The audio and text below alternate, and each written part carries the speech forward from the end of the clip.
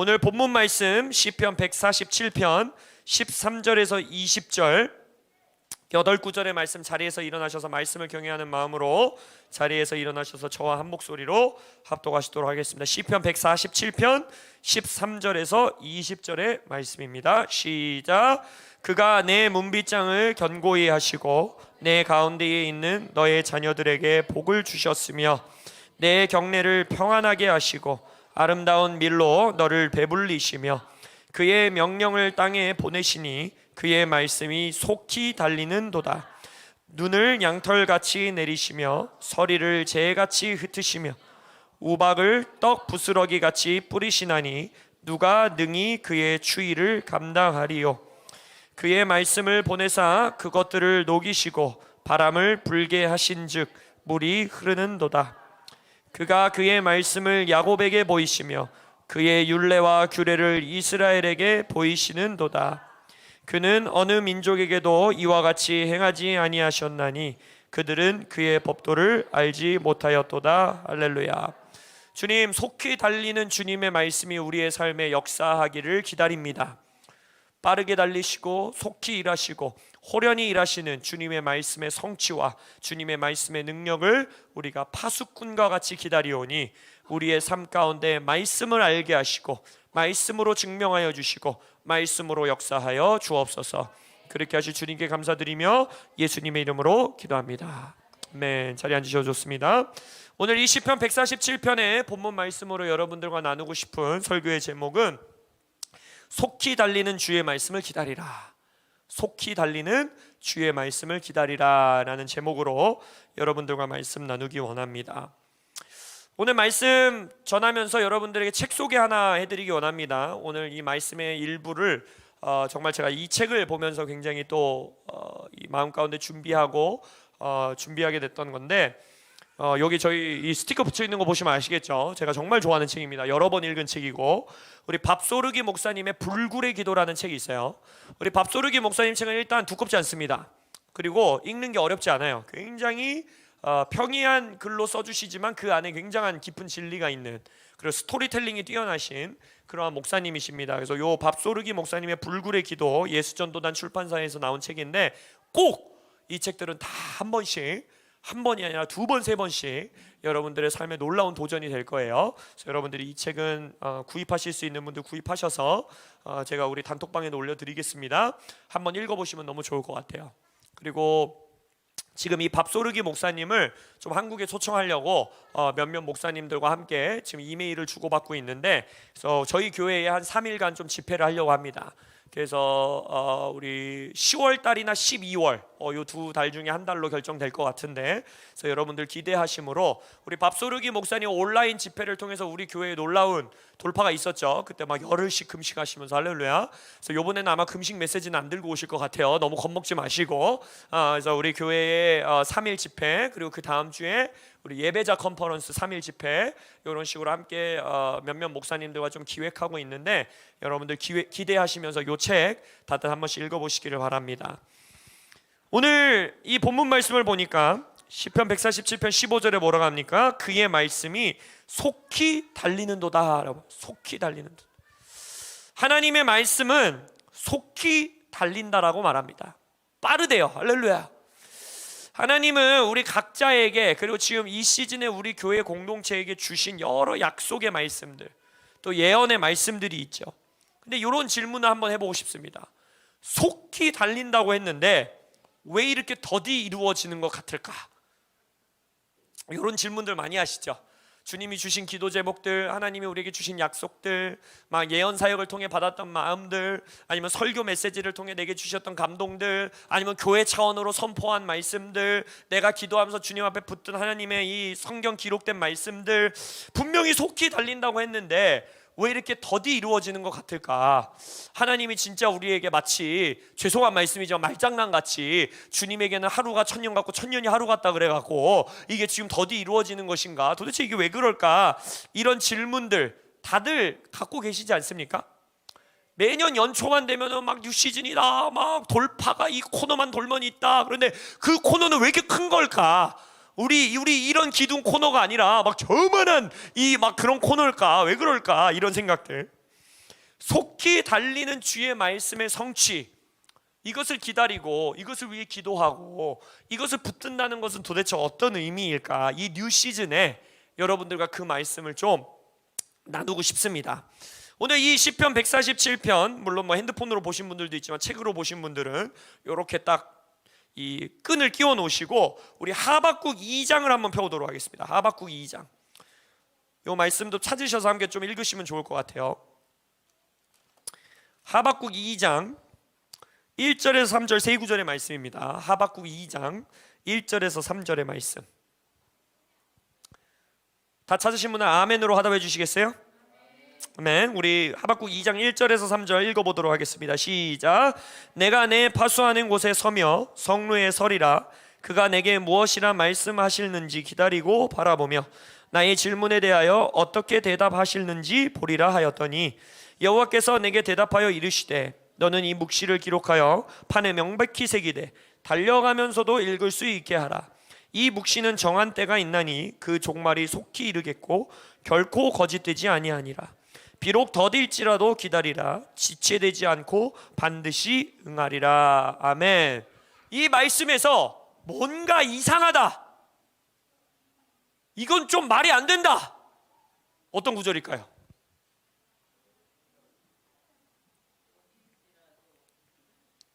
그죠? 그 성취가 속히 이른대요. 정한 때가 있어서 그 말씀의 종말이 속히 이를 거라고 일단 거기서 말해서 3절, 그죠? 이 묵시는 속히 이를 것이다. 할렐루야.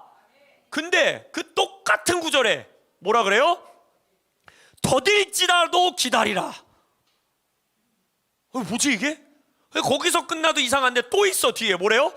지체되지 않고 반드시 응하리라. 이게 무슨 말일까? 속히 이른다 그랬는데 더딜 거라 그러고, 그래서 기다리라 그러고, 더딜 거니까 기다리라고 했는데 지체되지 않고 반드시 응한대요. 늦어지지 않는데요. 이게 무슨 말일까? 일단 이 말씀, 이 속히 이르는 하나님의 말씀을 기다리는 우리의 자세를 먼저 보셔야 돼요. 이 하박국 선지자가 말씀하는 이 말씀을 보십시오. 우리가 생각하는 기다림, 웨이팅 이라는 단어는 이 현대 사회에 현대인들이 가장 싫어하는 단어입니다. 여러분들이 핸드폰을 뭘 탁 클릭했는데, 아니면 컴퓨터에서 뭔가를 탁 클릭했는데 막 이게 막 돌아가고 막 안 되고 로딩 계속 뜨고 기다리세요 뜨고, 우리 고객센터에 전화했는데 지금은 모든 상담, 왜 항상 저는 그게 제일 궁금해. 왜 내가 전화할 때 상담원이 모두 다 통화가 아닐 때는 없는 걸까? 그죠? 항상 있죠. 항상 모든 상담원이 통화하고 있어요. 9시에 문 연다고 해서 9시에 전화해도 모든 상담원이 통화한대요.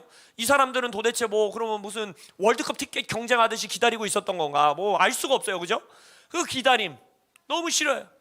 우리 그 기다릴 때 어떻게 해요? 핸드폰도 만지작 됐다가 그리고 전자레인지 기다림, 그죠? 전자레인지 그 1분이 거의 1시간 같잖아요, 느낌이. 그죠? 그 기다리는 기다림, 하늘도 먼 곳을 봤다가 이것도 했다가 저것도 했다가 물도 한 잔 마셨다가 막 시계를 계속 들여다봤다가 그런 기다림. 그렇게 우리가 주의 말씀, 속히 오시는 말씀을 기다린다고 생각하시면 오산입니다. 그렇지 않아요. 하나님의 말씀을 기다리는 우리의 자세는 팔짱 끼고 기다리는 기다림의 자세가 아니에요. 핸드폰 만지작거리며 기다리는 기다림의 자세가 아니에요. 여기서 하박국 선지자의 말씀을 보세요. 내가 내 파수하는 곳에 서며 성루에 서리라, 이렇게 되어 있어요. 이 서며와 서리라, 한글 단어는 똑같이 번역되어 있지만 이 히브리어는 다른 두 단어입니다.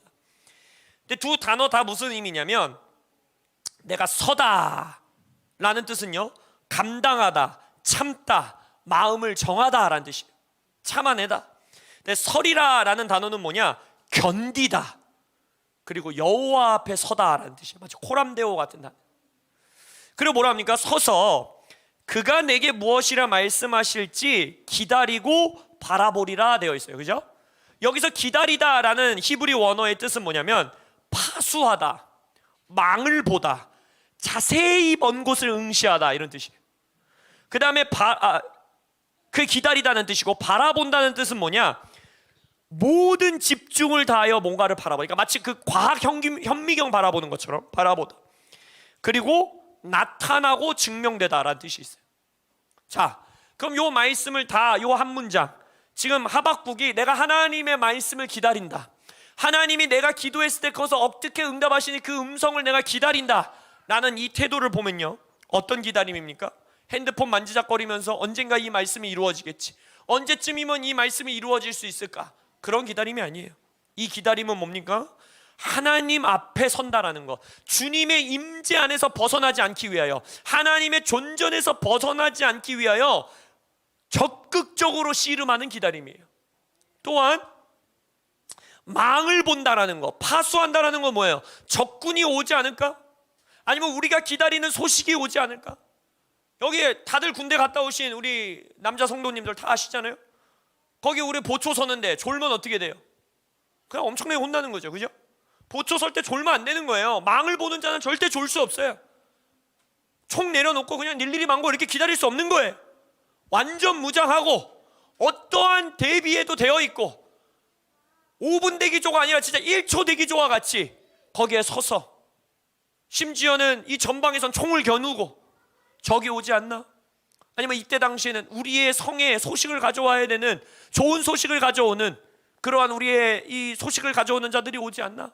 먼 곳을 바라보고 응시하고 집중하고 파수하고 지키고 씨름하고 졸지 않기 위해서 내 몸을 쳐 복종시키고, 그러한 기다림, 다른 어떤 것으로부터 내가 정신을 빼앗기지 않으려고 몸부림치는 기다림, 그것을 이 하박국은 뭐라고 표현한 겁니까? 나는 파수꾼이다 라고 표현해요. 파수꾼. 나는 하나님의 말씀을 바라보며 뭐라 그랬어요? 바라보며 증명되는, 그 말씀이 증명되어지고 그 말씀이 나타날 때까지 시선을 떼지 않는 거예요. 기다리는 거예요. 그 자리를 지키는 거예요. 하나님의 임재 안에서 벗어나지 않기 위해 씨름하는 거예요. 그 말씀을 기다리는 태도를 하박국은 말하고 있다는 거예요. 그러한 자에게 하나님이 뭐라 합니까? 이 묵시는 정한 때가 있나니 그 종말이 속히 이루리라. 속히 이루리라. 이 속히라는 단어는요, 히브리 원어로 보면요, 바람이 후 하고 불듯이 임한다는 거예요. 어디로 왔는지도 모르고 어디서 왔는지도 모르고 어디로 가는지도 모르고 그냥 한순간 나게 후 하고 불어오는, 마치 오순절날 성령이 임하는 그런 모습과 같이 말씀이 이르는 걸 말합니다. 그러니까 하나님의 말씀은 호련히 이루어진다는 거예요. 할렐루야. 그게 바로 속히 이룬다는 뜻이에요. 전혀 이루어질 것 같지 않는 모습 안에서 하나님의 말씀은 전혀 이루어질 것 같지 않은 상황에 갑자기 속히 이루는, 할렐루야, 그러한 이루시는 때가 있다라는 거야. 정한 때가 있다라는 거야. 그러한 자들에게 하나님이 지체되지 않고 이 말씀은 반드시 응답되리라 했는데, 그들에게 요구하시는 태도가 있죠. 뭐예요? 그게 더뎌 보일지라도, 그게 더딜지라도 어떻게 하라는 거예요? 기다리라. 하나님께서 말씀하시죠. 말씀 가운데에 강도가 나 몇 날 몇 시 몇 날에 니네 집 이 문 따러 온다, 니네 집 내가 도둑질 하러 온다, 간다 이러고 오는 도둑이 없다라는 거예요. 그죠? 그래서 깨어 있어라 라고 말했죠. 하나님도 그런 도적과 같이 임한대요. 하나님의 때도. 할렐루야. 그렇게 말씀하시잖아요. 되게 재밌는 말씀이에요. 하나님의 때도, 하나님의 말씀도 도적이 이르듯이 임한다라는 거예요. 그러면서 깨어있는 자에게 복되도다. 할렐루야. 그거예요. 그게 속히 임한다는 거예요. 그래서 우리는 파수꾼의 태도가 있어야 되는 거예요. 분명히 온다 그랬는데, 이 말씀 성취된다 그랬는데, 속히 온다 그랬는데, 온다 그랬는데 그러면서 거기서 바라보고 졸지 않기 위해 내 몸을 찔러가 하나님의 임재에서 벗어나지 않으려고 파수꾼과 같이 하나님의 정하신 때가 있음을 신뢰함으로, 하나님의 말씀은 속히 이루겠다라고 한 것을 붙들고 믿고 신뢰함으로 파수꾼과 같이, 파수꾼이 새벽 해가 떠오르는 걸 기다림과 같이 이 믿음의 씨름을 하는 자, 그 자에게 하나님의 말씀은 속히 이릅니다. 할렐루야. 속히 달리는 하나님의 말씀의 관심, 그 말씀의 주인의 관심은요, 이 말씀이 성취되느냐 안 되느냐에 있지 않아요. 뭐냐? 왜 그래요? 하나님의 말씀 뭐라고 했어요? 반드시 응하리라. 이건 이미 던 딜이에요. 하늘에서 이미 이루어진 거예요. 다 이루어 놓으신 거예요. 우리의 관심사는 항상 뭐예요? 내가 이 예언 말씀 제대로 받은 건가? 이 말씀이 이루어지나 안 이루어지나? 내가 음성 잘못 들었나? 목사님이 잘못 선포한 거 아니야? 이 말씀 진짜 이루어지는 거야? 안 이루어지는 거야? 요거의 관심사예요. 그죠? 하나님의 관심사는 이 말씀이 안 이루어지냐 이루어지냐에 관심이 없어요. 이미 그것은 반드시 응하리라. 할렐루야. 나의 정하신 때가 있다. 할렐루야. 이 종말은 속히 이르리라. 할렐루야. 이건 이루어진 거예요. 하늘에서 이루어진 뜻인 거예요. 그 하나님의 관심은 어디에 있느냐면 그건 우리에게 주신 부르심이 아니에요. 이 말씀을 이루어내는 것은 우리의 기도의 양, 금식의 양, 우리가 예배를 얼만큼 했네, 저렇게 했네, 파수꾼이 잘 기다렸네, 못 기다렸네에 있는 게 아니에요. 그 말씀의 성취는 오직 하나님에게 달려 있습니다. 할렐루야. 근데 우리에게 요구하시는 게 있다요. 우리에게 요구하시는 부분이 뭐예요? 더딜지라도 기다리라. 더딜지라도 기다리라. 우리에게 요구한 거 이거 딱 하나예요. 이 말씀을 니네가 기도를 열심히 해서 이뤄내라. 내가 준 약속을 니네가 금식도 하고 예배도 빠지지 말고 헌금도 열심히 해가지고 나의 마음을 감동시켜. 지성이면 감천이라 하지 않았냐? 나를 감동시켜라. 그럼 내가 이 말씀이 이루어지게. 이런 하나님이 아니세요. 하나님은 내가 준 말씀은 반드시 이루어진다. 할렐루야. 나의 정한 때가 있다. 할렐루야. 근데 우리에게 요구하시는 건 하나, 더딜지라도 기다리라. 그러한 자들에게는 말씀이 속히 이르리라. 지체되지 않고 이르리라. 할렐루야. 밥소르기 목사님께서 이 책 가운데 어떤 문장을 쓰셨냐면 이게 진짜 저의 마음을 강타했어요. 뭐라고 하냐면, 하나님이 사랑하는 택하신 자를 오래 기다리게 하시는 이유는 기다림 그 자체에 전략적 목적을 심어 놓으셨기 때문이다. 하나님은 우리가 그분의 목적에 무지하기를 원치 않으신다. 그러니까 하나님의 목적은 이 말씀이 성취되냐 안 되냐에 있는 게 아니에요. 그건 이미 하나님이 이루신 거예요. 할렐루야. 근데 하나님의 목적은 어디에 숨겨져 있냐? 더딜지라도 기다리라. 요 두 단어에 하나님의 목적이 숨겨져 있다는 거예요. 내가 이 땅에 올 때 믿음을 찾겠느냐. 하나님의 목적은 언제나 거기에 있다는 거예요. 기다리는 자가 있느냐, 남은 자가 있느냐, 더딜지라도 기다린 자가 여기 있느냐, 기름을 준비한 신부들이 내가 임할 때 있었느냐. 하나님의 목적은 언제나 거기 있는 거야. 너희도 나를 따르겠느냐. 예루살렘의 성에 들어가 성령이 임할 때까지 기다리겠느냐. 하나님의 목적은 언제나 그 기다리는 자들에게 있다는 거예요. 왜 기다리게 하시냐? 근데 이 질문 하고 싶은 거예요. 물론 이 밥소르기 목사님 너무 멋있게 설명하셨어요. 기다림 그 자체에 전략적 목적을 심어 놓으셨다. 그럼에도 불구하고 왜 굳이 전략적 목적을 그런 기다림에 심어 놓으셨을까? 왜 기다리게 하시는 걸까? 오늘 본문으로 한번 돌아오겠습니다. 시편 147편. 147편에 약속을 하나 주셔요. 예루살렘아 하면서 그가 너의 문빗장을 견고히 하고 자녀들에게 복을 주고 너의 경내를 평안하게 하고 아름다운 밀로, 여기서 아름다운 밀이라고 했는데 그 아름답다라는 뜻을 보면 극상품을 말하는 극상품. 그러니까 아주 극상품의 밀, 정말 맛있는 걸로 너의 배를 배불리겠다 하셨어요. 근데 그 다음 구절에는 뭐예요? 이것을 약속해 주셨는데 그 다음 구절에는 눈이 내리고 서리가 내리고 우박이 내리고 그러면서 뭐랍니까? 누가 능히 그 추위를 감당하겠느냐. 아무도 감당할 수 없는 겨울의 시즌이 있다는 거예요. 추위를 보내신다. 그것도 하나님이 보내신다는 거예요. 그 기다림의 시간, 추위를 견뎌내는 시간, 이 시간을 허락하신다. 도대체 왜 그렇게 하시느냐? 그 말씀이, 그 목적이 바로 19절에 나와요. 뭐냐면 그 추위를 허락하신 다음에 18절에 보면 뭐라 합니까? 그의 말씀을 보내사 그것들을 녹이시고 바람을 불게 하신즉 물이 흐르는도다. 자, 복의 약속을 주신 것도 하나님이에요. 내가 너희들의 자녀들에게 복을 주고 문빗장을 견고히 하고 너의 경내를 평안하게 하고 아주 극상품의 밀로 너의 배를 배불리게 한 것도 하나님이고, 근데 그 뒤에 서리를 주고 눈을 내리고 우박을 주고 견딜 수 없는 추위를 허락하시는 것도 누구예요?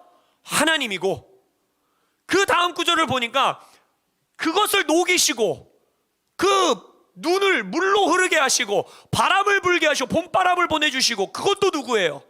그것도 하나님이에요. 근데 그것을 뭘로 하신대요? 말씀을 보내심으로써 말씀으로 약속하셨고 말씀으로 그 약속을 성취하신다라고 하나님이 약속하시는 거예요.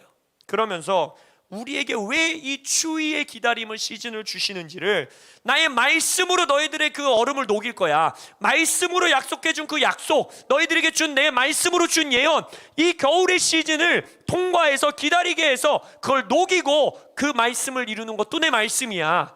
그리고 나서 내가 왜 그렇게 하는 줄 알아? 라고 19절에 말씀하십니다. 19절의 말씀에 뭐라고 하십니까? 그가 그의 말씀을 야곱에게 보이시며 그의 율례와 규례를 이스라엘에게 보이시는도다. 그는 어느 민족에게도 이와 같이 행하지 아니하셨나니 그들은 그의 법도를 알지 못하였도다. 무슨 말씀이냐면 하나님은 하나님이 이렇게 하신다라는 거, 하나님의 말씀이 이러한 능력으로 일한다라는 걸 보이시기 원하는 거예요. 이 보인다라는 히브리 원어는 뭐냐면 입증한다라는 뜻입니다. 증명해낸다라는 거예요. 하나님이 너희들의 인생이 하나님인 걸, 너희들이 나의 백성이라는 것을 증명해내시고 입증하기를 원하신다라는 거예요. 그래서 하나님의 말씀의 능력, 지체되지 않는 말씀, 속히 이르는 말씀, 그 능력을 입증하심으로써 20절에 뭐예요? 너희들이 알기 원한다라는 거예요. 알기. 하나님의 목적은 이거예요. 하나님의 말씀은, 목적은 하나님의 말씀의 능력을 입증하사 너희들이 나를 알기 원한다는 거예요. 하나님은 앞에 밀로 배불리고 문빗장을 견고히 하고 경내를 평안해 하고 우리에게 주신 수많은 약속들, 말씀을 통해 우리에게 기도하고 붙들게 하신 그 말씀들, 그게 이루어지냐 안 이루어지네, 돌파가 되네 안 되네, 우리가 이 코너가 왜 이렇게 커, 돌았네 안 돌았네, 이거에 관심이 있는 것이 아니라 그 겨울의 시즌, 기다림의 시즌, 내가 준 약속의 말씀, 그리고 그것이 다시 이루어지는 이 과정, 이 모든 것을 통해 하나님이 우리가 뭘 말하는 거야? 난 너가 나를 알기 원한다. 여러분, 기적을 경험하고도 예수님을 모르는 게 가장 큰 저주입니다. 문둥병자들 보세요. 치유된 자 중에 예수님에게 나와 절한 자는 한 사람밖에 없었어요. 그러면 예수님이 치사하게, 야, 니네는 감사하러 안 왔어? 문둥병이 다시 생겨라, 이러실 분이에요? 아니죠. 그 사람들도 똑같이 예수님의 말씀의 능력을 경험했어요. 똑같이 예수님의 기적을 경험했어요. 똑같이 예수님의 말씀의 성취를 경험했어요. 똑같이 속히 이르는 말씀을 봤어요. 근데 그들의 삶엔 그게 입증되지 않은 거예요. 그들의 삶엔 그게 보여지지 않은 거예요. 그들은 예수님을 알 수가 없었어요. 그럼 그들의 삶에 어떤 일이 펼쳐졌겠어요? 문둥병만이 그들의 삶의 문제였겠어요? 그렇지 않죠. 그들은 여전히 각자 자기의 소견에 오른 대로 자신의 삶은 자신이 통제하면서 살아가야 되는 저주 가운데 있는 거예요. 실은 더 큰 저주입니다. 그게 한 사람, 예수께 나와 엎드렸던 자, 예수님을 알게 된 자, 예수님을 만난 자, 그 자의 축복은 문둥병이 치유됐다라는 축복을 넘어서 이 말씀, 너는 이제 나의 이스라엘이 되었다, 너는 이제 나의 백성이 되었다, 너는 이제 나의 야곱이 되었다, 어느 민족에게도 내가 이와 같이 행하지 않는다, 너에게만 이렇게 행한다, 교회에게만 내가 이 말씀으로 행한다 라고 하나님의 약속을 받을 수 있는 교회가 된다라는 것입니다. 우리는 대한민국 민족만큼 이 성격 테스트가 활발한 나라가 없어요. 이 나라는 성격 테스트의 민족입니다. MBTI에 이렇게 열을 내는 나라가 우리나라밖에 없고, 그죠? 우리나라는 막 무슨 성격 테스트, 뭔 성격 테스트 이거 하는 거 너무 좋아해, 그죠? 나를 알기를 원해. 난 도대체 누구인가? 난 누군가? 또 여긴 어딘가? 그 노래가 유행을 탔던 이유가 있어요. 난 누군가? 그러면서 자칫 우리의 생각에 또 이런 은사주의 운동이 펼쳐지면서 우리의 마음 가운데 조금 왜곡되게 자리 잡은 게 뭐냐면, 하나님께서는 내 성향에 맞춰서 나에게 부르심을 주셔. 나의 성격대로 일하게 하셔. 내가 내 성격, 내 성향에 맞춰서 하나님께서 나에게 일해 주실 거야. 그래서 하나님이 우리를 다양하게 창조하신 거야. 이런 얘기가 있어요.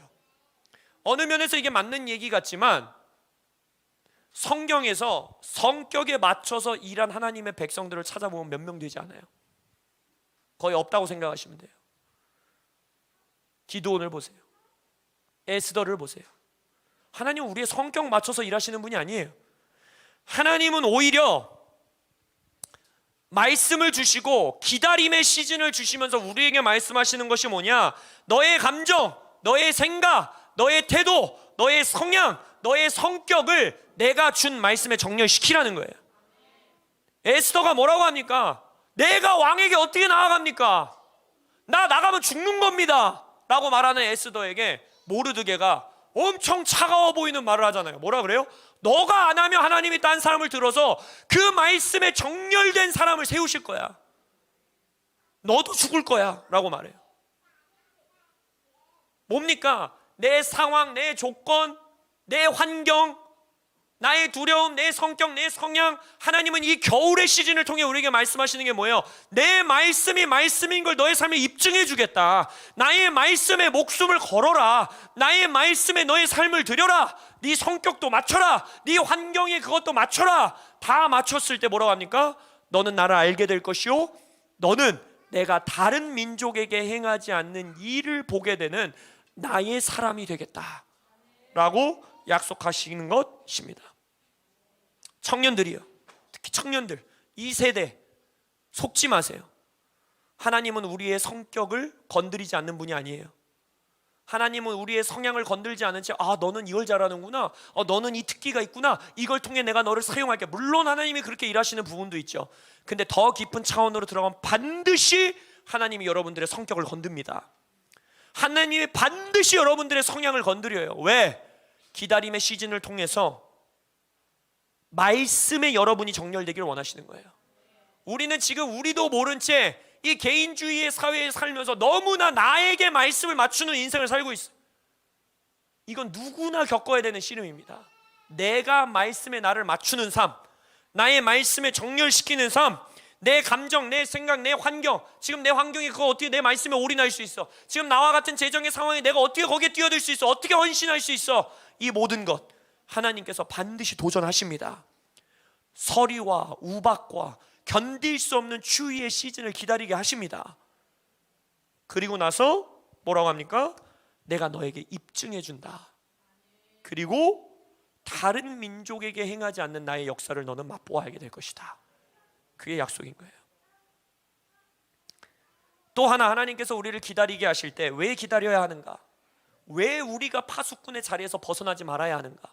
왜 어제도 기도했는데 오늘도 기도해야 되고, 오늘도 기도했는데 내일도 기도해야 되고, 내일도 기도했는데 여름에도 기도해야 되고, 계속 기도해야 되는가? 도대체 이 코너는 언제 도는 것인가? 왜 이 기다림의 자리에서 하나님의 존전 앞에서 파수꾼의 자리를 떠나지 말아야 하는가? 이게 굉장히 중요한 부분인데요, 여러분에겐 다른 대안이 없기 때문입니다. 다른 대안이 없는 게 축복이에요. 누가복음 18장에서 과부가 불의한 재판장에게 계속해서 나가는 태도를 보고 불의한 재판장이 뭐라고 합니까? 얘 그냥 냅두면 진짜 죽을 때까지 쫓아오겠구나, 정말 너무 귀찮다, 얘는 포기를 안 하겠구나 라고 생각하고 그 답을 주죠. 그 정의를 베풀어줘요. 그죠?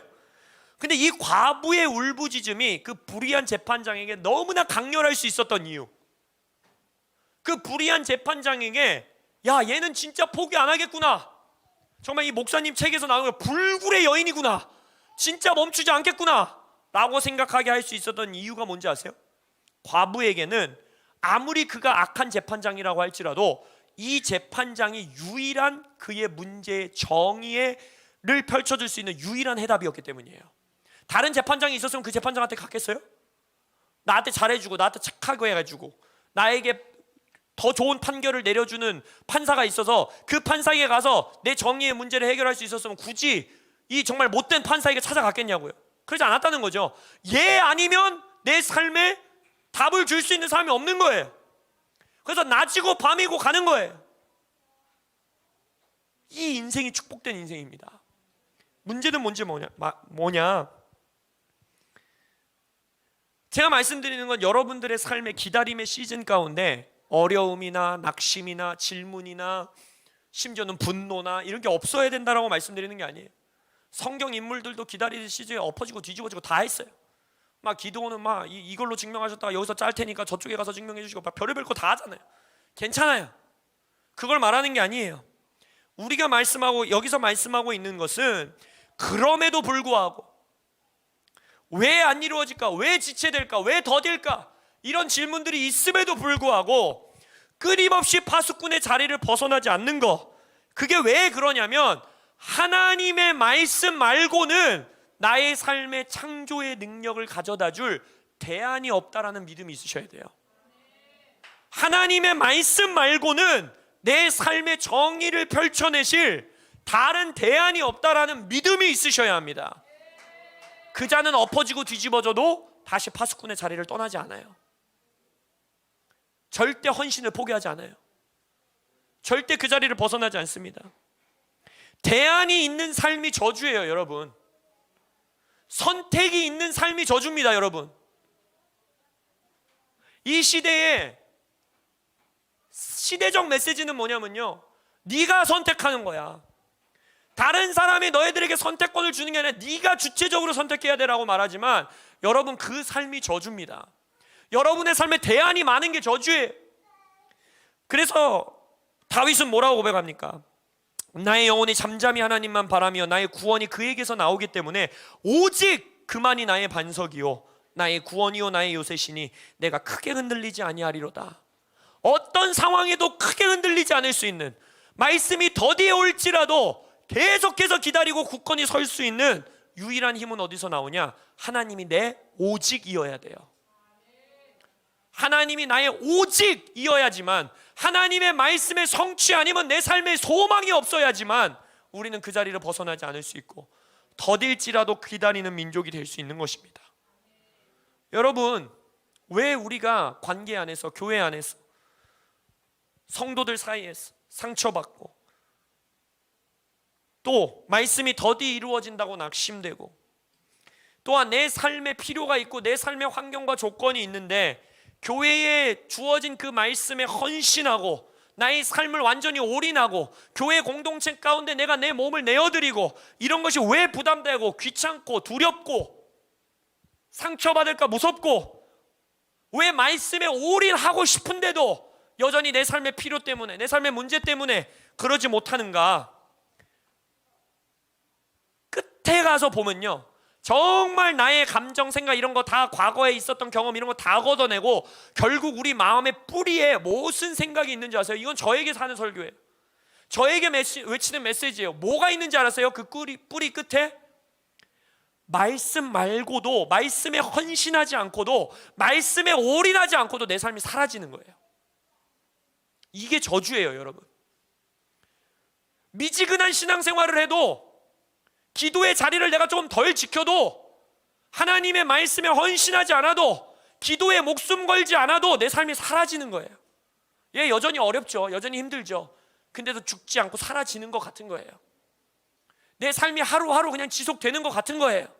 여러분, 이 대안이 저주입니다. 이 대안을 선택하시면 안 돼요.